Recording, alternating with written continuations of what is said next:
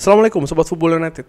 Gua ingin membuat review ya secara keseluruhan preseason Manchester United, di mana secara total 5 pertandingan sudah dilakukan.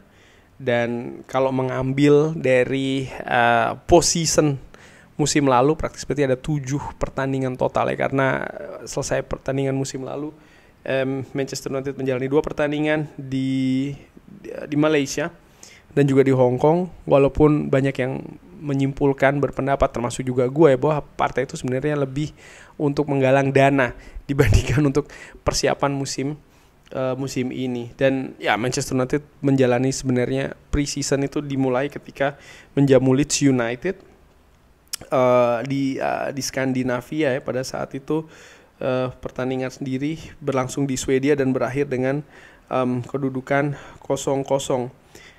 Pemain baru Matheus Cunha sudah diturunkan di pertandingan menghadapi Leeds United. Tapi menurut gue di pertandingan tersebut Manchester United memiliki banyak peluang, banyak kesempatan. Tapi bagaimana kemampuan lini depan, lini serang untuk mengkonversi peluang-peluang tersebut masih belum maksimal. Dan ini merupakan problem klasik sebenarnya dari musim lalu dan juga musim sebelumnya, yaitu adalah kemampuan Manchester United untuk mencetak gol, terutama di lini depan.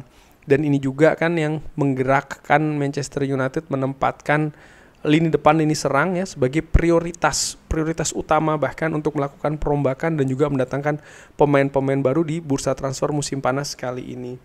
Lalu setelah menghadapi Leeds United di Swedia ya, ada masa persiapan sebelum akhirnya skuad ini bertolak ke Amerika Serikat untuk melakukan tour di sana untuk menjalani Premier League Summer Series. Ini merupakan Premier League Summer Series pertama, di mana ada 4 tim yang mengikuti series ini ya, yaitu ada Manchester United, ada Everton, ada Bournemouth, dan juga West Ham. Manchester United sendiri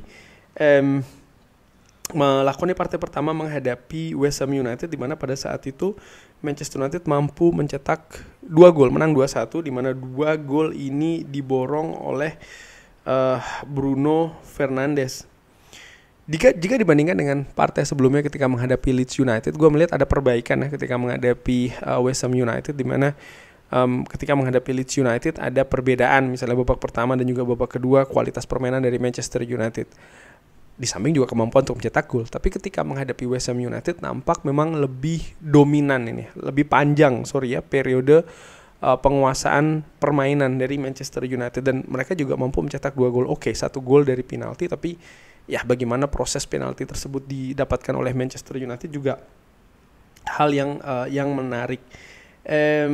Menit bermain dari pemain-pemain starting 11 ya, yang menurut gua pemain yang juga memiliki prospek untuk menjadi tim inti dari Manchester United ini juga lebih lama, yaitu sepanjang 66 menit ya mereka diturunkan.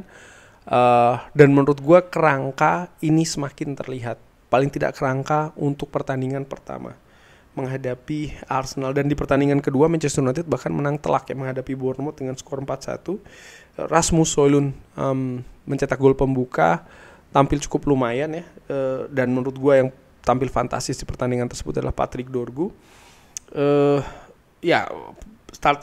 Pemain starting 11 memiliki waktu yang lebih panjang lagi untuk dia diturunkan dari 66 menit menjadi 71 menit. Ada beberapa perombakan, ada beberapa perubahan yang terjadi, tapi sekali lagi dari yang gue lihat tampaknya memang skema cara Manchester United bermain, termasuk juga formasi dan juga posisi dari pemain, semakin terlihat lagi nih. Memang ada beberapa posisi yang agak sedikit ditukar, ataupun pemain juga demikian yang mungkin tidak dimainkan dulu oleh Ruben Amorim. Tapi secara keseluruhan menurut gue semakin jelas, dan bagaimana Manchester United bermain pun juga semakin polanya semakin terlihat ya. Apa yang diinginkan oleh Ruben Amorim semakin bisa diimplementasikan. Memang masih ada banyak kekurangan ya untuk kritikan misalnya, tapi secara keseluruhan jika dibandingkan ketika menghadapi Leeds United, menghadapi West Ham, menghadapi Bournemouth, ini terlihat progresnya. Dan di pertandingan terakhir Manchester United bermain imbang 2-2 menghadapi Everton. Dan walaupun bermain 2-2, Manchester United memastikan ya menjadi juara Premier League Summer Series yang pertama, di Amerika Serikat. Di pertandingan 2-2 sendiri sebenarnya Manchester United ini sempat unggul 2-1. Ada gol penalti dari Bruno Fernandes sempat disamakan oleh Everton, lalu ada gol dari Mason Mount yang menurut gue gol yang fantastis sebenarnya, tapi ada kecerobohan ya, sehingga akhirnya Manchester United gagal untuk meraih kemenangan. Sebenarnya 2 gol yang dibukukan oleh Everton ini juga buah kehilangan fokus katakanlah seperti itu dari lini pertahanan Manchester United yang bisa dimanfaatkan oleh Everton, dan ini merupakan pelajaran besar. Dan sebenarnya kalau gue lihat sih juga bagaimana proses gol yang bersarang di gawang Manchester United ya, hampir di seluruh preseason ini juga ada faktor kurangnya fokus dan juga konsentrasi yang walaupun hanya sesaat tapi bisa berakibat fatal, dan ini harus diperbaiki. Premier League, Liga Inggris menurut gue kompetisi yang keras dengan kualitas yang juga tinggi, sehingga fokus ini harus konsisten.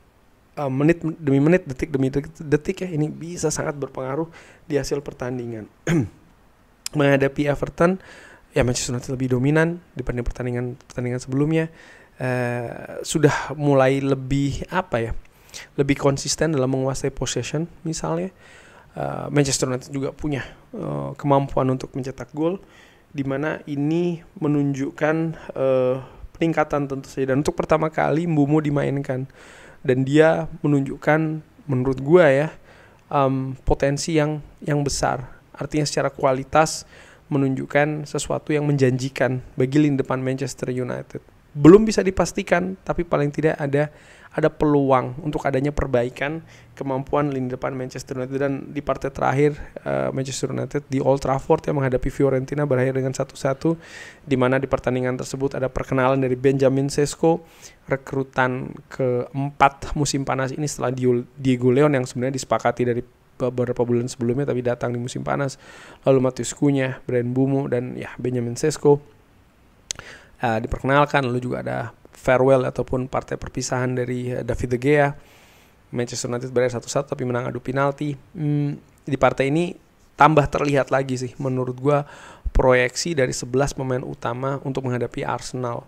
Ada beberapa pemain misalnya Patrick Dorgu, Bruno Fernandes, lalu juga Amat ya, Mbeumo, Cunha. Menurut gua hampir dapat dipastikan akan dimainkan dari menit awal. Bayindir juga demikian. Leny Yoro, Harry Maguire ini punya peluang yang sangat besar akan tampil sebagai starter, dan ini juga bukan hanya dilihat ketika menghadapi Fiorentina tapi juga di partai-partai sebelumnya, terutama di Summer Series, Premier League Summer Series di Amerika Serikat. Nah, bagaimana secara keseluruhan? Ada optimisme menurut gue secara dengan amatiran, ada optimisme bahwa Manchester United ini bisa berbicara lebih banyak dibandingkan dengan musim lalu. Seperti kita ketahui ya, Manchester United finish di peringkat ke-15. Tapi apakah akan ada peningkatan yang signifikan? Misalnya, Manchester United akan menyodok ke papan atas, masuki Liga Champions, posisi Liga Champions atau seperti apa? Ya ini juga harus melihat kompetitor lain sih. Bagaimana tim-tim yang berada di atas Manchester United melakukan persiapan, dan juga bagaimana mereka mengimplementasikan dari rencana-rencana yang mereka sudah siapkan. Khusus untuk Manchester United, dari preseason ini, bagaimana Manchester United menguasai possession, bagaimana Manchester United menciptakan peluang, menurut gue ada peningkatan di sana. Tapi possession dan juga menciptakan peluang ini tidak cukup menentukan. Bagaimana kemampuan untuk mencetak gol itu lebih menentukan. Dan ini yang masih belum ditunjukkan secara konsisten. Sebenarnya ada harapan ya dari Premier League Summer Series, di mana di 3 pertandingan yang Manchester United lakoni, Manchester United mampu mencetak gol di semua pertandingannya. Menghadapi West Ham, menghadapi Bournemouth, menghadapi Everton. Bahkan ketika menghadapi Fiorentina pun juga ya mereka ada gol kan istilahnya. Tapi gue melihat masih ada inkonsistensi kemampuan kualitas lini depan, dan ini yang harus ditambal oleh Ruben Amorim. 2 musim menurut gue, musim sebelumnya ya, musim lalu dan juga musim sebelumnya, memang pelajaran besar bahwa tanpa mencetak gol tidak ada hasil maksimal. Tanpa hasil maksimal, peringkat Manchester United sangat sulit untuk bisa naik ke atas. Kurang lebih seperti itu. Bagaimana menurut Sobat Football United? Optimis, pesimis? Silahkan drop di kolom komen. Terima kasih sudah menyaksikan. Jangan lupa like, sholat, dan juga subscribe. Wassalamualaikum warahmatullahi wabarakatuh. Thank you.